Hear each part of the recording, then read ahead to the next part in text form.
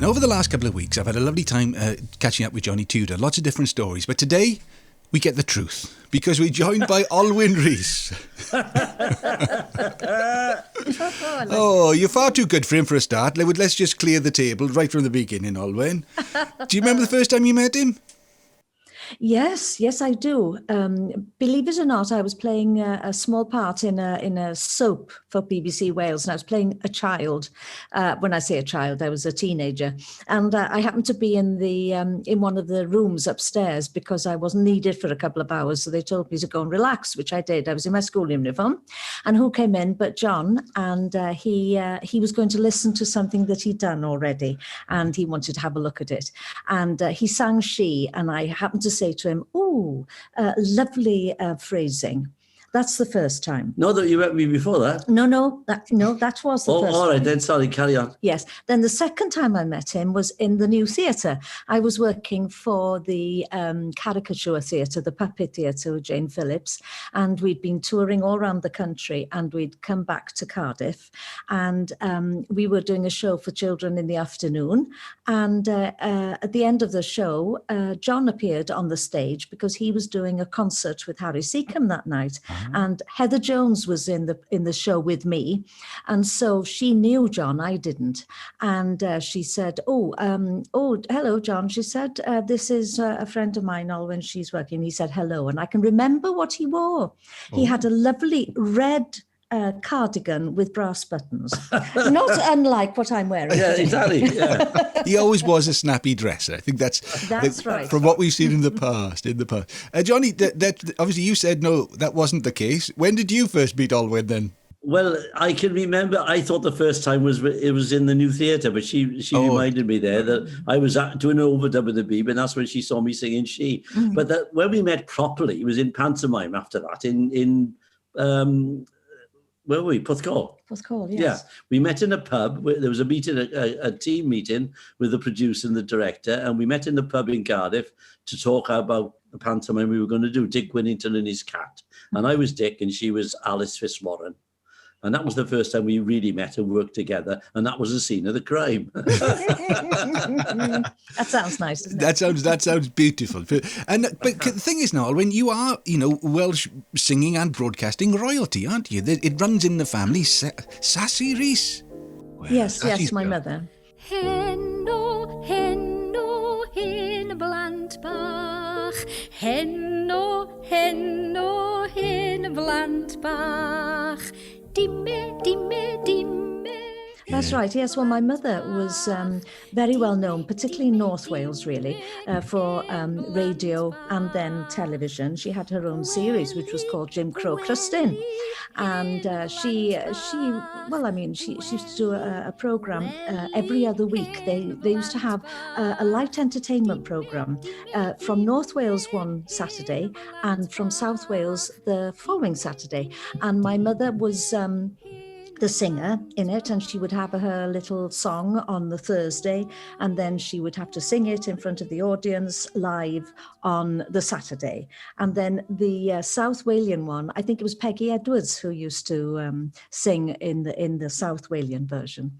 So I've grown up with people just working and going to do radio, mainly radio with my mother. She did an awful lot in Bangor before she came to do her television programme down in Cardiff. The funny thing is, Mal, Olwen's mother, Sassy, did loads for the BBC, and so did my father about the same time. And we find out later, after we were together, that my father and her mother knew each other. My father had played for her on Welsh Rabbit. Yes. It is a small world. It's a small, yeah. And she made records as well. I've seen some of the albums. Yes, she did. She did a few down here. I think it was Cambrian was the company, and then she did one in London as well for Delise, and which was rather nice. And she also had a huge record. When I say it's a huge record, it was I think it's 16, one of those massive things, bigger than the ordinary one. It was 16 or something, and that had been purchased in Birmingham. And what had happened was my mother had done this big concert with David Lloyd. And there was a gentleman there who recorded the whole thing. And so he started selling them. Unbeknown to my mother, she had no idea. But somebody, a relative, I think, who was living in Birmingham at the time, told her that she had this record. So we've got these records. And then the BBC sort of changed them over, tried to do their best to clean them up. You know what I mean? Because they were very old. Funny you should say about David Lloyd. My father made me laugh. He said, Sassy was singing with David Lloyd, and he ain't no punk. He was a big star, David Lloyd. Oh, I know. He had a lovely voice. David abad from his bed of daylight. Say of his creatures and dim are his eyes. My grandmother loved him. Yes. Some of the only records we had in the house, the Salvation Army and David Lloyd. Ah, there we are. And of course, Sassy Rees records, they were probably at the back. But, you know. Now then, a proper Welsh family, because broadcasting and singing and going to become a teacher. Yes. Well, what I did was I was going to go to the university to study, wait for it, music and philosophy, if you please. And then anyway, I didn't get the correct grades to go. So they said in school, they said, well, why don't you just stay another year? You'll pass flying next time. And I said, no, I've had enough. I don't want to. So I went to the normal college in Bangor and I studied music and drama there. And I became a teacher for a year. I had to do my year. And I taught music, if you please, in a primary school in Llandudno. Right. Yes, in Lloyd Street in Llandudno. And it was great. I had a lovely time because all I had to do was music. And then I put a little bit of drama in and a bit of art in as well. So we would listen to all sorts of records, perhaps, and then ask the children how they wanted to play out a situation and if they'd like to draw what they thought, or if they then would just like to dance around the room. You know, we had a great time. Isn't that lovely? Because my dad, almost to his dying day, still was trying to get me to do my PGC or whatever it's called. He wanted me to have something to fall back on, even at this stage. But you had to get a proper job. Proper job. You got to have a proper job. The pension and everything. But obviously, you went to the dark side. Yes. Was it a difficult decision to go pro, to leave teaching? No. No, not at all. What happened was I was asked to work for Cwmni Theatr Cymru in Bala Eisteddfod, and that's where I met Ryan and Ronnie first, because that was the first time that they came together. And there was Olwen Rees, Mary Griffith, Stuart Jones. They were all in it, and of course I was still in college really, and so I had the feeling for it, you know. And I thought, oh yeah, this is what I'd like to do. And then I was offered a few other little jobs, and I thought, well, it's not quite right that I'm asking for time off, you know, when I'm teaching. And likewise, I if I'm doing a drama, I can't expect the professionals to wait for me to come after school to rehearse. Yes. So I decided I'd have a go and come down to Cardiff. So my mother said, well, it's best that you start now. She said, you try now. If you don't like it, or if they don't like you, well, you can always go back and teach, can't you? And I said, yes, correct. So I came down to Cardiff with £50 in my pocket. Goodness. Yeah, and he still got Which it. was a lot of money. That was a lot of money then. Just to be honest, these days it still is. So Johnny, when you see, there's a lot of people on television, Welsh language television at that sort of time as well. Did you catch Olwen on, some of those Welsh programmes? Well, it was funny because we were both about the same time working for BBC Wales, but never came across each other. It was really weird. Like she said, she saw me in the dubbing studio because I was dubbing something onto that programme I'd done, but we never actually came across. I did Disc It Down, my first one. I think I told you, which is the Welsh language one, and you did Disc It Down as well.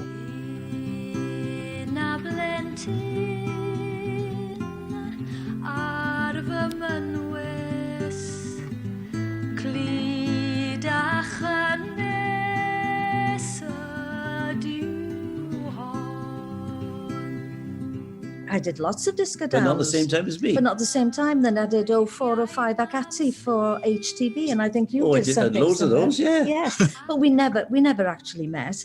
But I knew of him, and I'd seen him on the Singing Straits, I think it was, just before I was asked to do the pantomime in Fourth Call.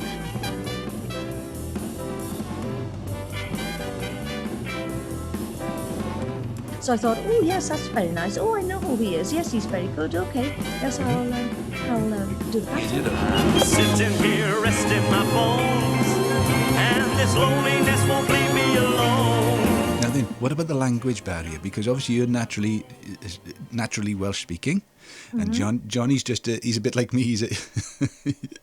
He's a bluffer.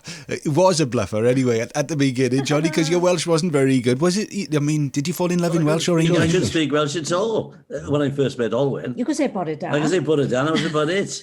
And then and then Meredith Evans in the BBC said, "You're mad." He said, "You're doing all these programmes in Welsh when you go and learn." And I went and did the old band course. Yeah. Yes, it had nothing to do with me. Nothing to do with her, No, really. no, not at all.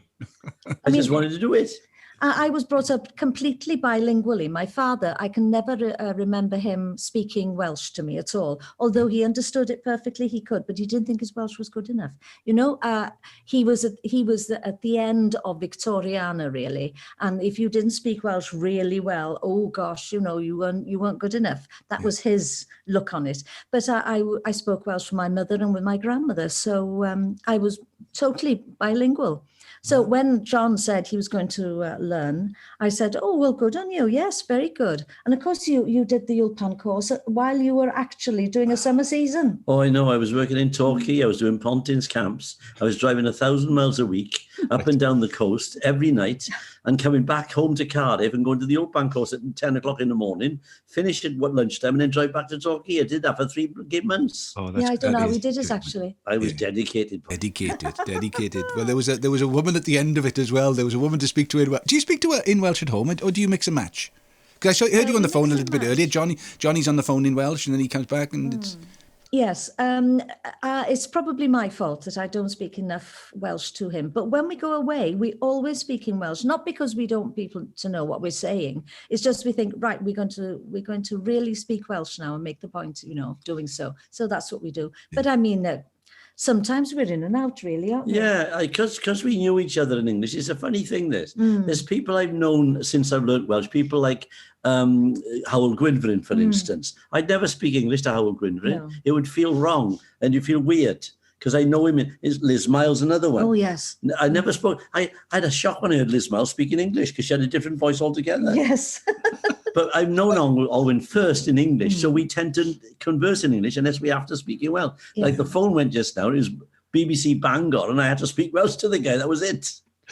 Now then, working together, that first pantomime, was it love in the pantomime? Was that? Well, yeah, it wasn't long after we got to the pantomime. No, we got together. Really, we were both married to other people at the time, so it was rather naughty. Right. It was the old. It was the come dancing syndrome, I think.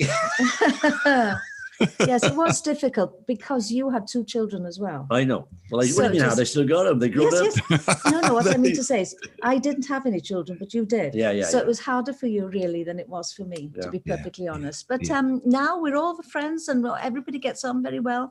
I mean, I get on very well with John's first wife. Yeah. And that's it. Yeah. So but working together, so has that happened all the way along? Panto, obviously. Well, little bits and bobs here and there. We decided to write a children's series. I used to do an awful lot of children's programs, and I used to really enjoy them. And my mother said, "Why don't you do something about shoes?" She said, "You know, and you can put a bit of dancing in." So we wrote this series actually when John was doing a summer season in Clacton, and so in the afternoon, if we were sunning ourselves on the beach, we'd dot a few little ideas down and what have you. And then I went to see David Glyn Jones in the BBC, and I told him the story all about shoe people. It was the shoe people, Dan Dried, it was called. And he said, "Yes, okay, we'll give it a go." So we did. That was the first one, wasn't it? Yeah, we did about 3 series of that. Yeah. But what was the real bummer was somebody got the idea from the Dan Dried and did a cartoon called The Shoe People, which they sold worldwide, and we never got a penny.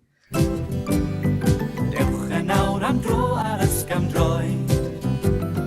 Dewch I weld y lle ryfedd ar ioi. Mae hyd a derfyn di yn deffro siop y cri. A bobl tres. But the funny thing is, I was asked if I would do the Welsh version. And I said, yes, voices. certainly, the voices. So I did all the voices. So at least I got something done. I need to say something now. You know the theme song in Gymraeg? A bobl tres, gyda do do do do do do do. A bobl yes. tres. I sang that. A bobl tres, gyda a bobl tres, gyda. So we all made a bit of money out of your ideas. That's good. That's good. Because the original song we wrote was Sgidia bach, Sgidia mawr, Sgidia o bob lliw a llun. Something like That's that. right, yes. That's much better. That's much better. So you still managed to keep your career going because Johnny's been dropping you into various programs. You know, we talked about Under Milkwood. You're in Under Milkwood. That must have been a lovely project to be involved in. Well, it was, but of course I was in that before I knew John. Oh, yes. What year was that? That was 50 years ago now. Never. No. Yes, 1971 that was. So I just happened to go for the audition and Mavan Vitalo came with me. I said, come on, we're going now for this. I'll see you tomorrow morning. So we went and we hadn't had an appointment or anything like that. We were very rude. Actually, what happened was Dilwyn Owen phoned me and he said, hey, are you going for the audition for Under Milkwood? I said, no, what's that? So he explained it. So then I phoned Mav and she said, okay, we'll go together. So we did. And she was offered a part and so was I. Unfortunately, Mav couldn't because she was taken ill and she went to hospital and so she couldn't do Mrs. Willy-nilly she was going to be, which would have been a lovely part for her. Yeah. I was playing Gwenny the child. Because I'm only 5 foot. And and your youthful looks, always looking young. Well, it was then anyway. So so I went down there and taught the children to do the little song, Gwenny Kiss the Boys, you know, all that one. Yes. And I also had a little scene with Peter O'Toole. Come back. Come back. Look, Captain Cat's crying. He's crying all over his nose. He's got a nose like strawberries. Yeah, it was rather nice. I went down there quite a few times, actually. See, because Ruth Malik was in it. Yes. Yes. Oh, yes, of course, Ruth. Yes. And of course, Ruth said that O'Toole wasn't down there, but he must have been down there. Oh, yes, he did a scene with Olwen. And actually, he was in a bedroom next door to mine. I had the smallest bedroom in the hotel because I was the smallest person. And there was, you know, I mean, I wasn't important anyway.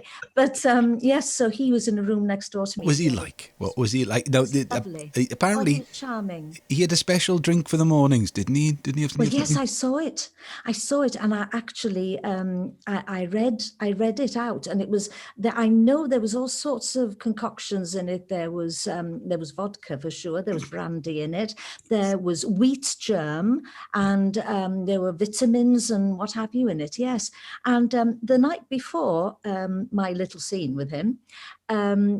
He was in the bar and bought us a drink and he said, now you're Welsh, aren't you? He said, you're proper Welsh. I said, yes. And he said, my wife is too. I said, I know. I said, I went to see her. I said, in London with Sian Phillips. Yes, she was in, I can't remember the name of the play now, but she was in this play with Alan Bedell.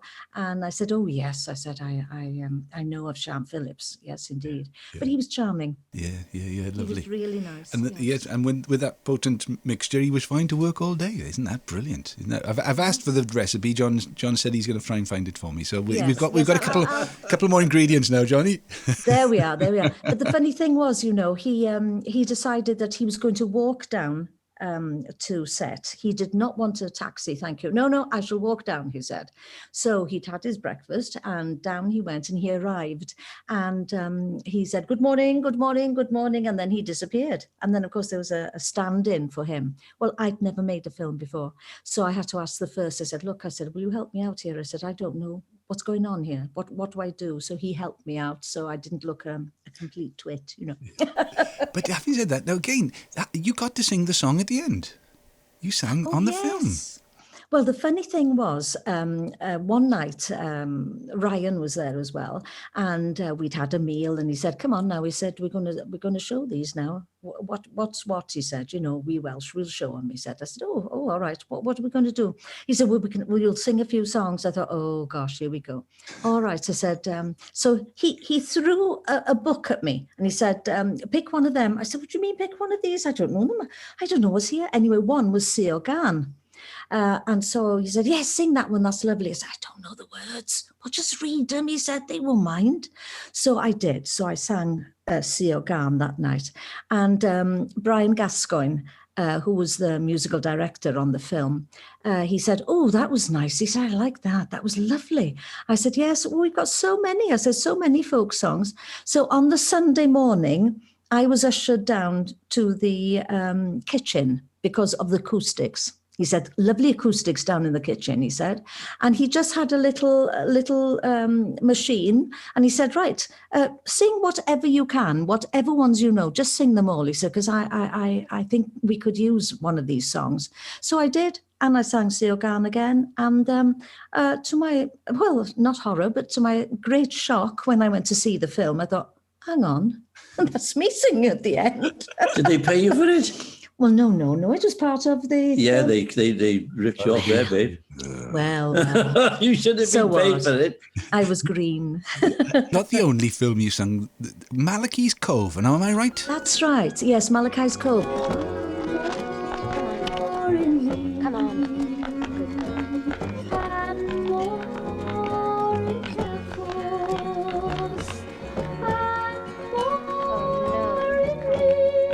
I had a lovely Cornish song to sing in this, so I didn't know any Cornish, of course.